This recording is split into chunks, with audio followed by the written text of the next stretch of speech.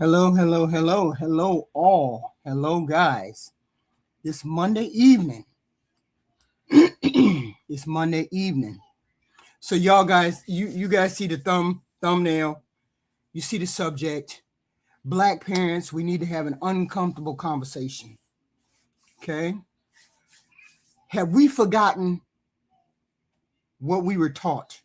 If ever we were taught anything, have we forgotten that we cannot be comfortable, completely comfortable? Let me play this clip. I remember being in college and going on spring break with my friends and my family needing social security numbers practically. Okay, they didn't get the socials, but they was getting names, date of births, license, all of that, like license plates. Sometimes, like, let me see a picture of that ID. I wasn't allowed to travel nowhere with no one without telling them, and I was in college, who I was going with, what's the license plate number on the car, first and last names of people, and I thought it was pretty excessive, right? And I went to an HBCU. Here we are, 2026, and we have all of these young boys popping up, not returning home to their families, going on trips with friends, going to lakes with friends, going to pools with friends, and not returning home to their families. And I just thought it was understood that we, the melanated people of America, we cared about who our children hung with, okay? We wanted names and socials. We wanted to know. So now here we have families sending their children, or allowing their children to go off with people, and their children not returning home. You know, can we please normalize? Please normalize, like, being overprotective with our children again. I remember being in college.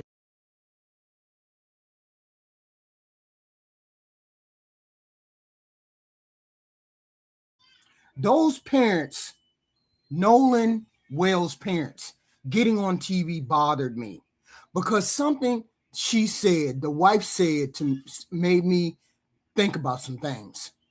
She said she didn't know, not necessarily that one girl, but she didn't know their parents all that well. The implication was that they didn't know those parents all that well. What do you mean your son was friends with these people all of his young life? He was friends with all of these people, and the mother never knew any of the mothers. They never hung out together. They never had a barbecue together where they would come over to each other's house and their kids were the friends. That's normally how people would socialize when they have kids that are of similar ages and they hung out at each other's house. Didn't Nolan hang out with any of your friends at their house? That is what bothered me. See, my generation grew up with the warnings of parents wanting to know where we were going, who we were with, and how we were getting home, right? They taught us to pay attention to our surroundings and understand that being welcomed somewhere did not automatically mean we could stop being cautious. Those lessons came from history, right? Our parents remembered an America that had given Black families plenty of reasons to ask questions. Then our lives changed. Some of us made more money. We moved into different neighborhoods, into the suburbs. Our children went to predominantly white schools and grew up with white friends. They were invited on vacations to lake houses, to islands and on boats and shit. They gained access to spaces our parents fought for them to enter. That is progress. I get it. And I'm glad our children have it. But I need to ask whether that progress made some of y'all less careful with your children. Did we start believing the neighborhood made our children safer? Did knowing the family make us ask fewer questions? Did proximity to whiteness convince some of us that the warnings we grew up with no longer apply? I'm not blaming Nolan Wells or his parents for his death. I am asking a much bigger question about my generation of Black parents. Did we get so busy giving our children a better life that we stopped passing down some of the lessons that helped us survive in the first place? When I grew up, black parents asked questions. If you said you were going out, they wanted to know where. If you said you were going with friends, they wanted to know names. They wanted to know who was driving and how you plan to get home. At the time, we thought they were doing too much. You're doing too much, right? Now I understand they were passing down lessons that came from experience. From experience. Yeah, so we know they took that boy life. Hold on. And now their parents are about to teach them the other half of it. About to teach them how to try to get away with it. Proximity to whiteness does not equal success. Proximity to whiteness does not equal safety, especially as a black person. If white people have not worked on their internal racism, right? So even if they disguise it on the outside, trust me, when alcohol and isolation is involved, especially with a black person involved, it will definitely come out. They connect culturally through racism. They connect culturally through racism. So if he is the only black person, the token black person, trust me, he will be targeted. And we have 400 years of history with the same exact pattern of trying to think that, hey, we are all the same and we are all socially the same. Tokens will always get spent. There is a culture and a history of violence, and it needs to be highlighted and taught to your black children. They came back with his phone. They came back and said, hey, yeah, we went there with him. We don't know what happened. I don't know. We just left him there. So even if they didn't know what happened, they just left him on an island that's only accessible by boat. Yeah.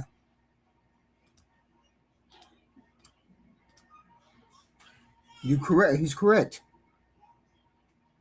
The talk should have been about what happens when X, Y, and Z happens. Okay? That's what the talks should be about. Black parents have been giving their children a much broader talk long before most of us had a name for it. Black people knew the history of black people being falsely accused. They knew about sundown towns and racial violence. They knew how often a black family could raise questions and still struggle to get anybody to listen. That's why we got Ben Crump. That's why Ben Crump is standing there with that family. That's why he's there, to ask the questions that they don't want to answer and the parents don't understand that they need to ask. That's why people keep saying, why is Ben Crump there? Ben Crump there to navigate that system because he understands the system. Most importantly, they understand that when something went wrong, black people, and their child was the only black person there, our ancestors, they understood that their child might not be the person everybody rushed to believe. That history shaped how they parented, how my parents parented us.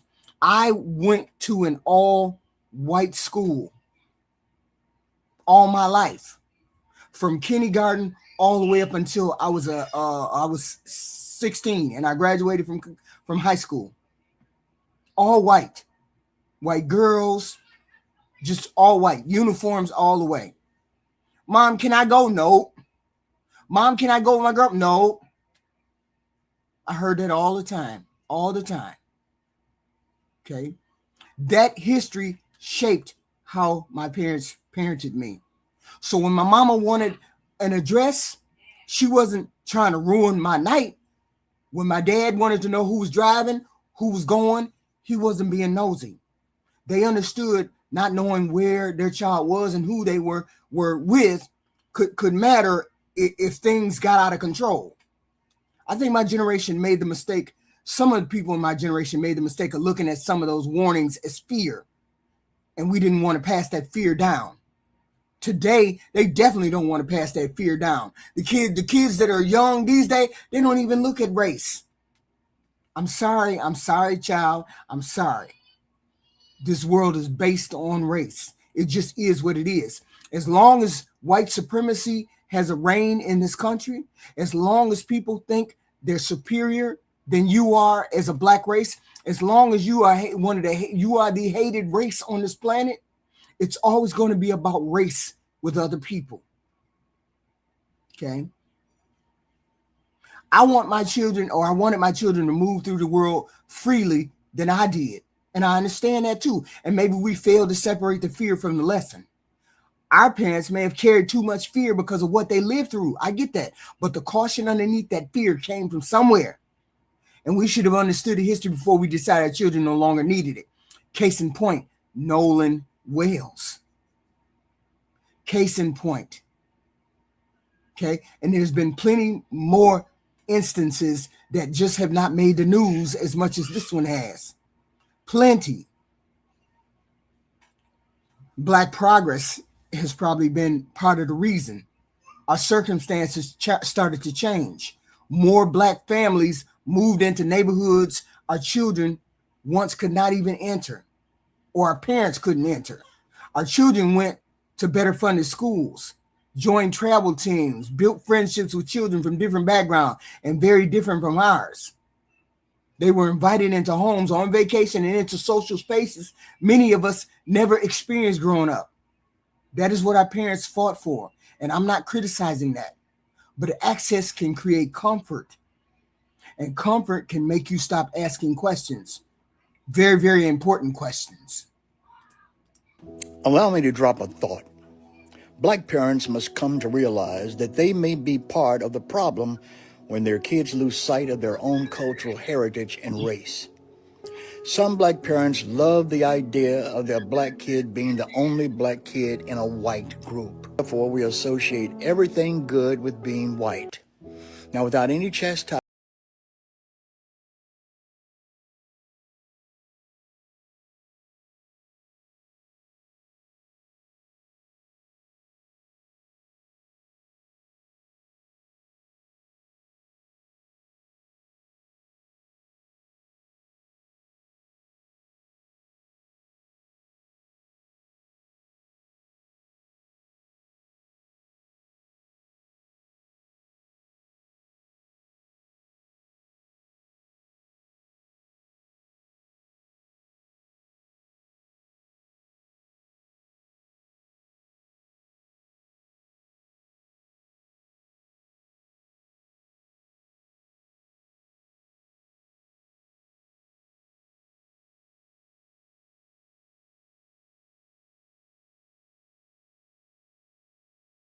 you get out, don't you?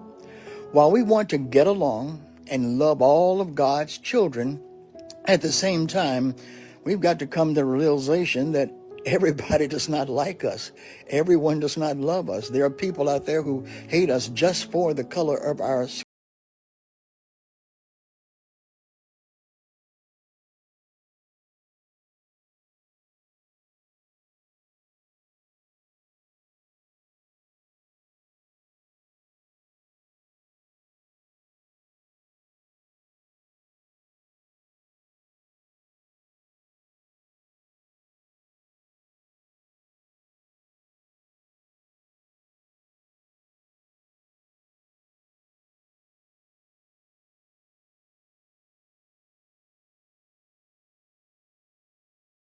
To this young man.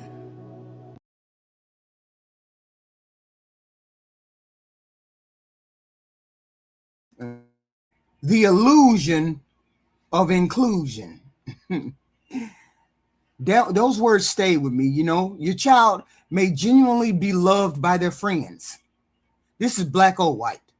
And I'm not questioning every interracial friendship. I'm not questioning that. But being included in a group does not change the fact that your child may still be the only Black person in that group. And we should not be afraid to explain what that can mean to our child. This is also why the conversation about not seeing color bothers me. That bothers me. Nolan Will's dad going on an interview and him explaining when the interviewer asked him, does he feel like race played a factor, and him saying that Nolan didn't see color. Whoo!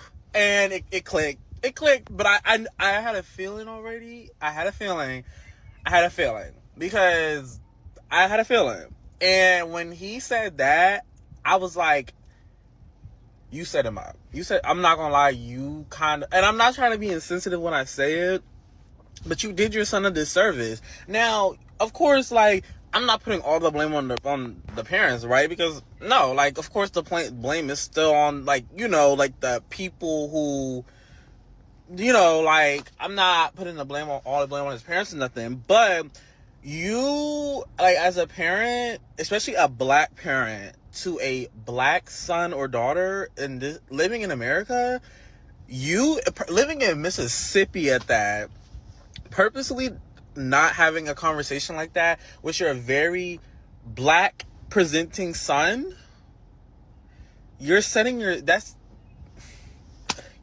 child up. You're setting your child up, and you're doing them a disservice. And not only that, but you were in an area around mostly white people, and you still didn't feel the need to have that conversation. I don't want to like be like trying to be insensitive, but it's like, and like, don't get me wrong, like, I feel for the parents and everything, because regardless of whatever, nobody deserves, like, you know, to have their, like, that's disgraceful. It's disgraceful, it's disgusting, and it either way, it should have never happened. But based on that comment alone, I could tell exactly how his dad wanted to view, or how he decided he wanted to interact with the world around him, by being naive and not wanting to face reality. And I think that he might have instilled that into his son, and unfortunately that's just not that's not a luxury that black people get. And you can try to act like it doesn't exist all you want. You can try to be like, oh, I don't see color, I don't subscribe to all that. But even if you want to act like you don't see color, everybody else is going to see your color.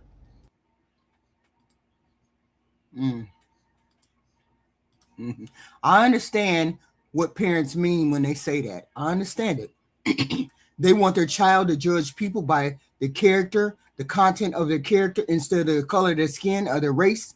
That's a good lesson. I get it. But if we teach a black child that color should never matter, are we also making it harder to explain why history says there are times when race can affect how a situation unfolds? Money does not erase history. Y'all rich black people, y'all need to stop that shit. Money does not erase the history. A nice neighborhood does not erase the history. Knowing a family for years does not erase the history. We gave our children access to rooms our parents could not enter, and we should be proud of that. I get it. But did we prepare them for being black once they got inside those rooms? This is where Nolan's story keeps pulling me back. Nolan was with people he knew. These were not strangers. Whatever happened on that damn trip happened in the company of people he trusted and loved enough to go 10 miles offshore in the middle of a body of water. That matters because a boat is not a house party. If the mood changes at a party, you may be able to leave. You can walk out the door and leave and go and walk down the street and get out of there. You can call somebody, get in a car, go across the street, knock on somebody's door and ask them to call the police. Or you can find another way home. Once you are offshore in the middle of water, in the middle of a body of water, your opinions are controlled by the situation and the people around you. Let me play this clip. Someone who grew up as a black suburban kid who grew up in Tacoma, Washington, I would tell every black parent out there, especially the black dads who marry a white woman, to please have a conversation with your sons and daughters about being that one token black friend in a group of white people.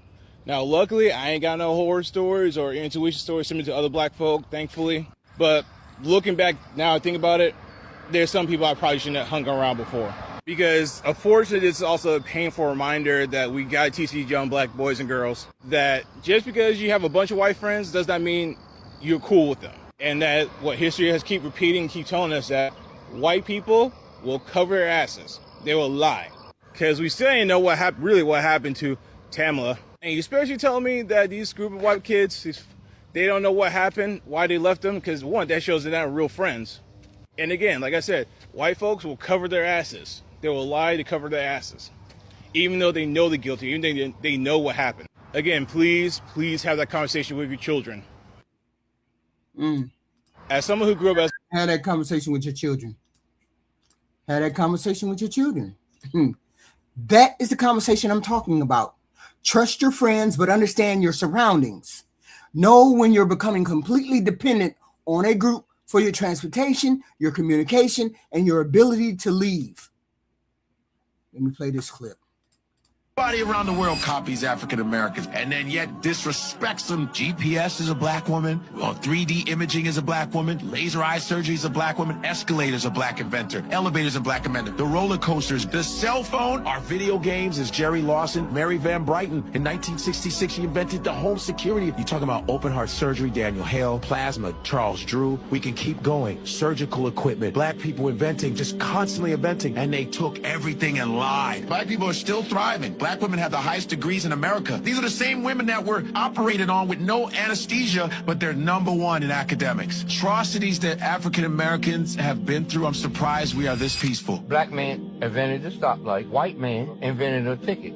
Keep going. Black man invented the light bulb. White man invented electric bill. Black man invented the telephone. The white man invented the telephone bill. Really gonna be then you should be a true to not use anything or be. Everybody, some GPS is a black woman. 3D image. I had some goofy shit in there. I don't know. Now, I'm not willing to say that this is why Nolan died. I'm not willing to say jealousy is the reason why he died. We don't know exactly what happened to this boy, and I'm not turning somebody's TikTok opinion into a fact, right? But I am willing to examine the question underneath it. Did some black parents begin to associate white spaces with safety? Did the nice house, the good school, or knowing the family make us less likely to have a conversation our parents had with us? Because acceptance is not protection. When alcohol, anger, panic, or fear of consequences enters a situation, people can make terrible decisions. Friendship does not guarantee that everybody will respond the way you expect them to when something goes wrong.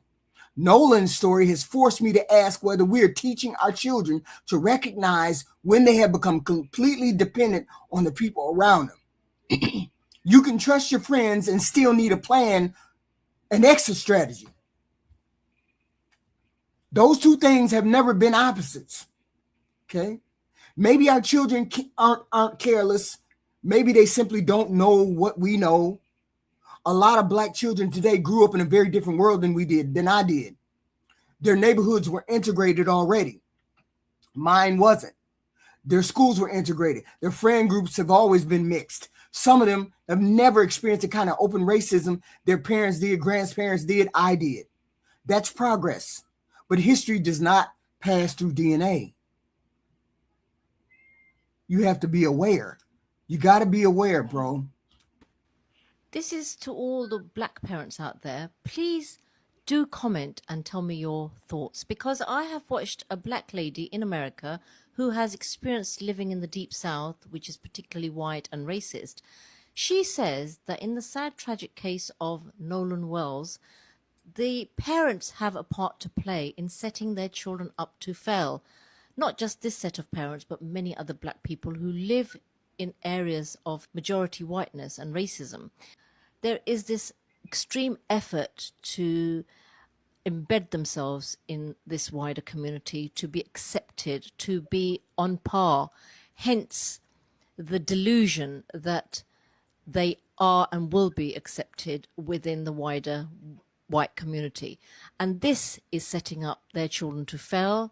It's narcissistic behavior, and they don't realize that they're actually harming their children along the way. Our children only know the lessons that we actually teach them. My generation wanted to remove some of the fear we grew up with, that I grew up with. We didn't want our children suspicious of every white person they met or questioning every friendship because of race. But I think some of us may have overcorrected. Instead of explaining why our parents were cautious, we dismissed them as paranoid. Instead of updating the conversation for our children today, some of us stopped having the conversation at all. That I can tell that has happened because I hear a lot of chatter when I go to TikTok and Facebook and all them other places, and I hear young people talking about, oh, it ain't no racism no more. It ain't no race, ain't no problem. We can do all the things everybody else can do. When I hear kids say that, black kids say that, I say, your parents ain't had that conversation with you, did they? They ain't had that conversation with you. You think I'm paranoid. And now we expect our children to recognize dangers that we never explain. They don't automatically know why being isolated matters. They don't automatically understand why depending on one group for their phone, transportation, and way home can leave them vulnerable. They don't automatically understand the history behind the questions that we asking you. Who you going with? Where? When? How? When you going to be back? Can I call you? Can you call me? I need you to call me every half an hour. You don't call me in every half an hour, I'm coming for you. Somebody taught us that. We have to teach our children that. The lesson was never supposed to be fear white people. The lesson was understand the world you're moving through as a black person. Maybe the old talk needed to change, but it never needed to disappear. So what do we do now? We don't lock our children in the house. We don't teach them to fear white people. We don't teach them every friendship comes with some hidden threat. We don't do that. We update the talk. Okay? Listen to this video. The moment we saw that picture, many of us already knew how the story was going to end. Not because we're psychic, but because we've seen this story, sadly, before. As much as America works to make whiteness look innocent and blackness look threatening, as much as white boys are cast as heroes in movies, books, and cartoons, while black children are labeled thugs before they're old enough to drive, we've learned to recognize the pattern. It's one of those conversations black families have behind closed doors. Be careful around them. Don't go anywhere alone. Make sure somebody knows where you are. Come straight home. And above all else, don't be the only black kid surrounded by them. These aren't lessons we teach because we're paranoid. They're lessons we teach because history has taught us to. I don't think many white people understand how much time black parents spend trying to figure out how to keep their children, our children, safe from being called the N-word, safe from being humiliated at school, safe from being treated as less than human, safe from violence. And that's the tragedy. The burden shouldn't be on us to constantly develop survival strategies. The burden should be on the people who created and continue to tolerate the culture that makes these strategies necessary. It should be on parents who refuse to confront racism in their own homes. It should be on communities that excuse cruelty with boys will be boys. It should be on a society that keeps finding explanations for the behavior of white children while demanding perfection from black ones. So when we saw Nolan Wells' picture, many of us didn't see a child, just a child. We saw every warning we've ever given our own children. And now that his body has been found, many of us fear we already know what comes next. Excuses, deflections, attempts to protect reputations, attempts to explain away the unexplainable, attempts to portray others as victims while Nolan and his family are forced to prove their humanity. I hope we're wrong. God, I hope we're wrong. But we've watched the cycle repeat for generations. And that's why so many of us started grieving the moment we saw that picture. We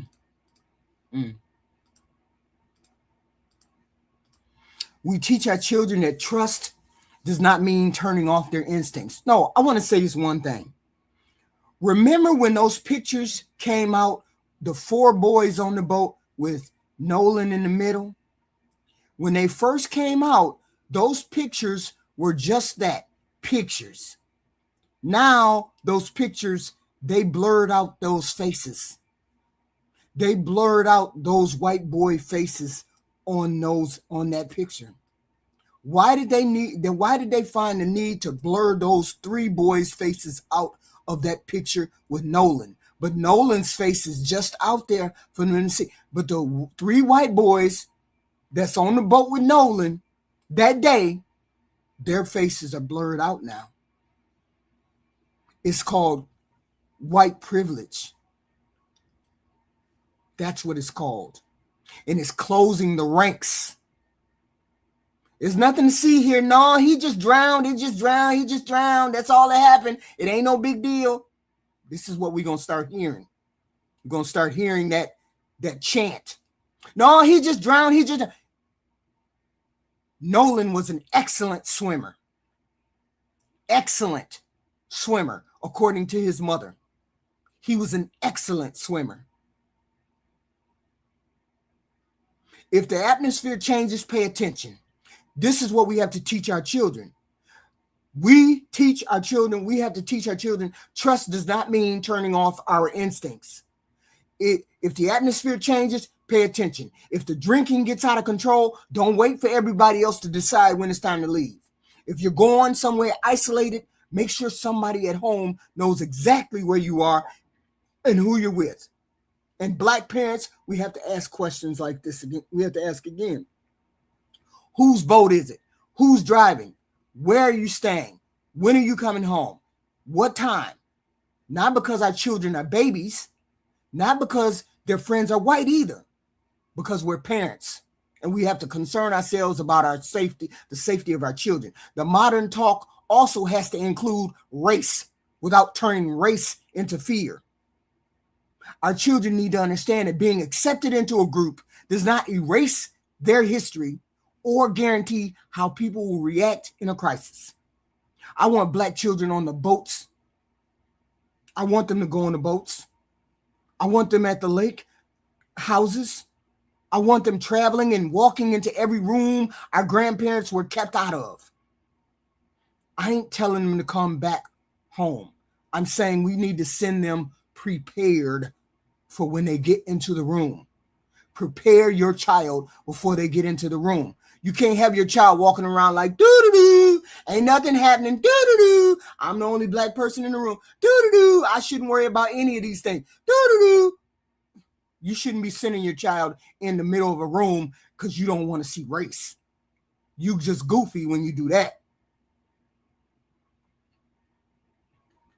Maybe my generation thought giving our children a better life meant they no longer needed some of the lessons that we learned. Nolan Wells has made me question that. We taught our children how to get into the room. Now we need to make damn sure we teach them how to move once they're inside that room. I don't know if a different conversation would have saved Nolan Wells. And I will not put that burden on him or his parents. But his story has forced me to look at my generation of Black parents differently. We wanted our children to have more freedom than we had. We wanted them to grow up without carrying all the fear our parents carried. We wanted them to make friends, travel, and live bigger lives than we did. There's nothing wrong with that. But Black parents, we have to make our children listen. I know they think we're old-fashioned. I know they think the world we grew up in is gone. They roll their eyes because they have white friends they love and they believe we simply don't understand their generation. Make them listen anyway, because we learned some hard truths when we were children. And those truths cannot be discounted just because our children grew up in a better neighborhood or a zip code or went to a better high school. I went to a better high school than my parents did. My parents were poor, came from poor beginnings. But they built a life and a foundation for me and my brothers and sisters where I went to Catholic school. If you don't know what a Catholic school is where you wear a uniform, a skirt, and a blouse, and you wear that every day of the week. And you're taught religion, and it's a religious component, a Catholic component. I did it all my life. Okay.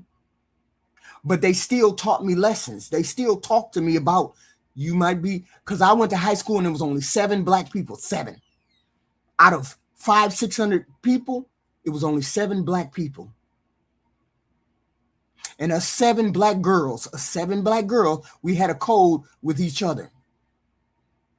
If something happens, we scream this particular word and we all come running. That was our code. 7 black girls in a school full of 500 white girls, plus the 7 black girls. And we 7 black girls had a code. If we scream this word, we got an opportunity to say this word, we make the biggest ruckus we can, we say that word, and we all come running.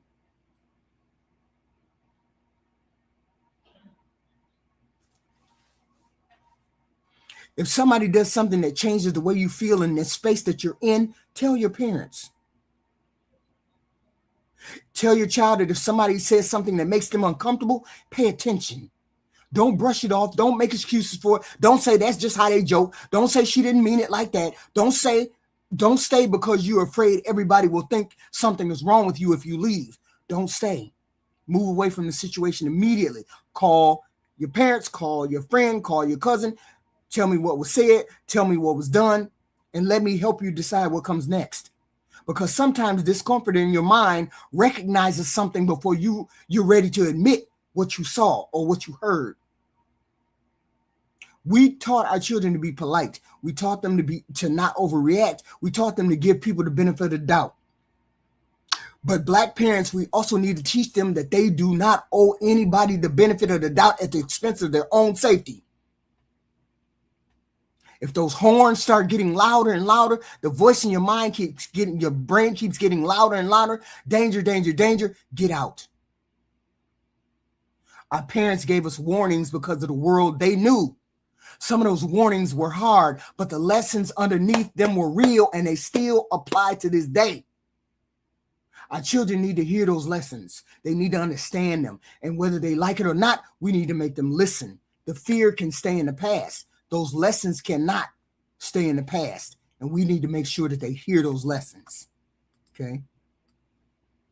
So let me read some of the comments in the comments section. I can read that. May the force be with you. Keep peddling your racist bullshit. And that's the problem with you people. That's the problem with some of you people. Black, white, Hispanic, it don't matter. You can't tell the difference between speaking about race and racist rhetoric. That's the problem. You don't know the difference. Please stop speaking to me if you don't know the difference. That's crazy. Just be human being everybody can be a human being if that was the case. It was like talk because 7 years ago, racists act like what happened to Emmett Till were everyday occurrences. Racism and bigotry are taught at home. Yes, they are. Yes, they are. We're speaking as the smoke alarm. Don't be mad at us. Go stop the fire. I don't have a smoke alarm in here, so it's just something that's beeping in my room. Who knows? Hey, HQ. Hey, Rainbow Kid. You're the most violent people in the United States. No, I think I'm not the most violent. My race is not the most violent. The most violent is the white people in this country. You need to recognize your history. Stop doing that. Stop doing that. Stop blaming other races for other things. And take a look at your own race. Straighten out your own race. Okay? Why are you making accusations before an investigation is even done? Who's making accusations? I didn't say anything about the investigation. Not one thing. This conversation is about parents and what parents need to teach their children. Not one time did I say anything about the investigation or what needs to be done. Y'all need to start thinking, okay? 60% of that think that is all that's needed to be known. Yeah, that makes a lot of sense. Josh, it makes a lot of sense. I'm not confronting anything. I don't care about racism. It's not my problem. I'm white. I don't worry about racism. I don't care what happens to you. Why should you? I don't know you. As a matter of fact, that's perfect. Just keep living your life. Do your thing. Do your thing. You've never been perfection at any point, even in your life, any black person or any white person, me, because nobody's perfect. Nobody's perfect. Nobody said anything about that. Okay. People are really belly aching about one kid. Nobody's belly aching about one kid. Black America, if you don't understand the history If you don't understand what you're talking about, because that's a very insensitive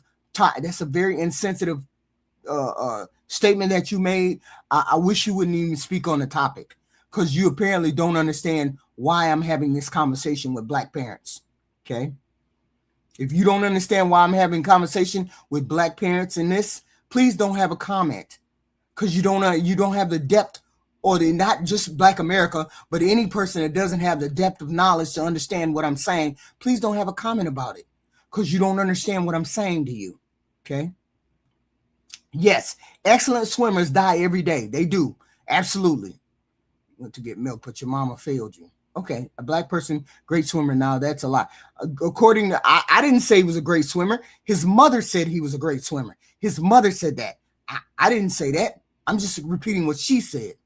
Okay, we should care about everyone. Yes, we should care about our fellow human being. Yes, I'm a delusional clown. Of course, I'm a delusional clown. I'm a delusional clown from an idiot. I can't help that. I can't help it how you perceive the world. How many people drown every day? I have no idea. But what about the part where you're just making things up? Who's making up what? I'm confused. I don't recall saying anything that was unfactual. Anything regarding my family and what I was told. That's just wild. Just goofy. Y'all learned hate and taught your kids how to be raised. Yeah, exactly. White people, that's how it was. It was passed down generation to generation from the white folks.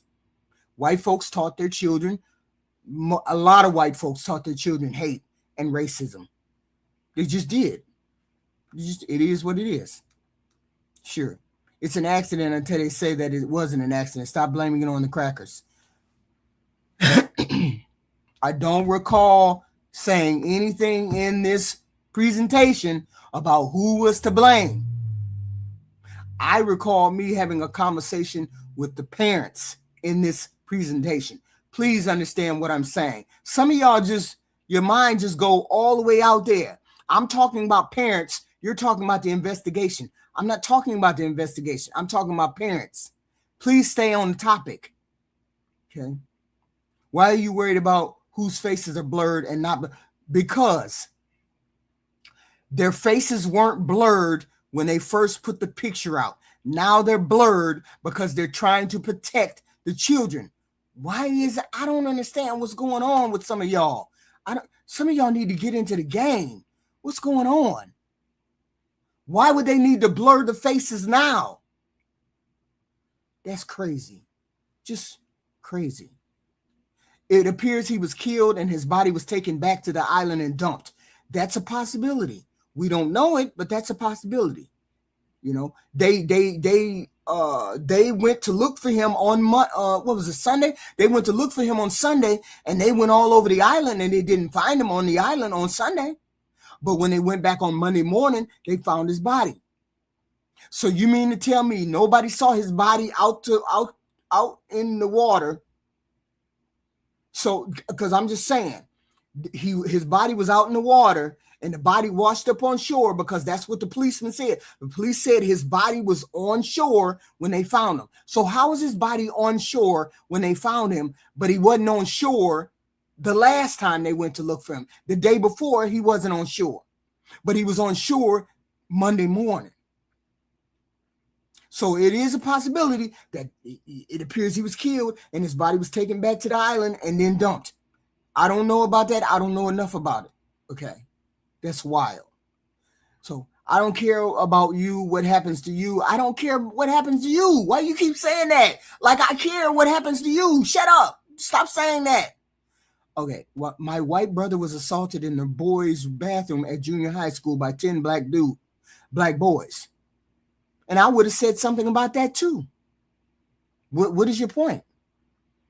White people are the biggest liars and gaslighters. I don't know about that. I'm just saying. After you stole their bank and massacred Haitians, we should segregate. That would be up to the states. Y'all teach your kids about race. Teach them about human race instead of color. Everybody sees color. It's always about color.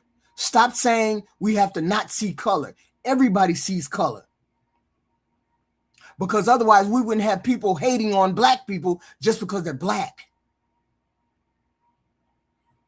That makes no sense. That's goofy. If I cared about everybody and what happened to everybody, I would be a very tired person every single day of my life. That's true. That's absolutely true. 12.5 black slaves killed in America and 20 million black babies killed in the womb. What is your point, Regina? I don't care about 20 million black babies killed in the womb. I don't give a fuck about that. Stop saying it. It's just dumb. Nobody's talking about abortion. Stay on topic. They murdered the young man. Maybe they did. I don't know. Okay. I don't let my kids or grandkids say the N-word. Do you? No, my grandkids are so young, they wouldn't say the N-word. Makes no sense. I understand that. Have a heart is actually so freeing. You should try it. Yes, I have a heart. The mod is saying nasty racist shit. The mod, I am. I'm not saying nasty racist shit. Don't be upset. The worms equal. You have to know the difference between speaking about race and being racist. I speak about race all the time. I'm not racist. I might be bigoted.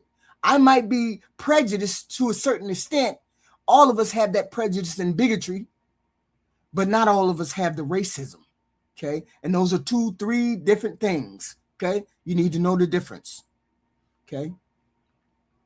Young black kids are way safer with white kids than with black. No. No, that's not the case. Black kids are not safest with just white kids. That's not how that works. Okay. It's not how that works. Why can't we drop this racism crap and try to get along? We can drop this racism crap. The moment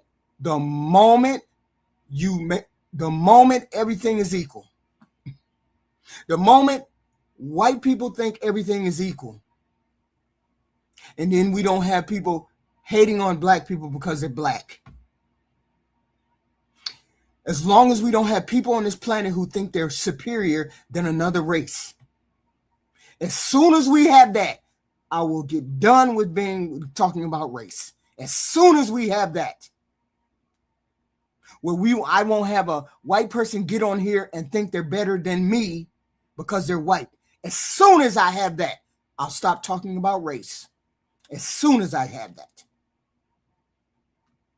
Black people barely go on boats as white things. Yeah, I know it's a white thing. Hey, we really don't like water like that. Do you think Michelle Obama murdered their chef? Maybe. Who knows? They got enough money to get away with it. I don't know what the fuck you talking about. Black mothers don't care about their children. Don't tell me what I care about. That's the one thing you're not going to do is tell me what I care about. Okay? That's the one thing you're not going to tell me what I don't care about. Okay? Not at all. Do you know how currents work? No, I don't know anything about how currents work. Okay. Yes, I hear myself, the cheese. I'm sitting right here. Of course I hear myself. Goofy. It's funny until it happens to them. They never play fair. All I'm saying is this. If those four boys in that picture were black and that one white boy was in the middle, them black folks would still be in jail. And that's what's called white privilege. They are giving grace to those white boys. Grace. That's what it means to have white privilege. When they give you grace, but they won't give me grace. That's called white privilege. He overdosed on fentanyl. Maybe he did. Who knows? Why did they have Nolan's phone and car? I have no idea. Okay. Cajun Navy. I heard Cajun Navy say that they searched that whole island on Sunday, and then they went back on Monday, and then they found the body. I heard about that. Water had these things called tides. They pull away from and towards the beach. We understand that. Why are you saying simpleton shit, Derek Rogers? You're saying simpleton shit. Stay on topic. Okay. You are so racist. Of course I'm racist. I speak about race and then I'm racist. That's so goofy. I can't even comprehend why. Quit being so oppressed. Of course. I am probably richer than most of y'all. I'm not oppressed. Stop it. Okay. Okay. Whites have better culture. Proof is in the of course, you whites have better culture. We blacks are always running over to your spaces to see what you're doing. When obviously that's not the case. Most of the time, you guys are in our spaces looking at what we do. So stop saying your culture is better. Okay. Nope, it would never even be on the news. Yes, it would definitely be on the news. If those were all black people and one white boy, it'd been all over the fucking news. They'd still be in jail. Stop it. There is no white privilege. Of course there is. That's why if you're white, then I guess you don't understand what privilege is. You think because you're poor, you don't have any white privilege. That's the problem. You think because you're an average white person that you don't have any privilege. Me as an average black person and you as an average white person, you still have white privilege over me. They don't get white privilege. Most of y'all don't get it. Just be quiet about it because you don't get it. Okay. The fact that I said if it was all black people and one white person ended up dead and the black people would still be in handcuffs, if you're honest with yourself, if you're honest, you would know that those black boys would still be in handcuffs. Be honest. And when you come to that honesty and a realization that those black boys would still be in handcuffs today if it happened to them and they were the ones who came back without that white boy, then you have to admit that it's white privilege. It's white privilege right now. Shut your ass up because you don't understand what it is. Don't understand what it is. That's crazy. But anyway, if you like my content, you like my commentary on this conversation, please hit the like, share, and subscribe. I appreciate it. And I will be back either tomorrow morning or tomorrow evening. Who knows? The only privilege that exists is black privilege. Okay, thank you. It's nothing to see here. You got goofy people in the chat. Crazy. I'll be back in the next video. I appreciate all of y'all. Please hit the like, share, and subscribe button. Please and thank you. I will be back.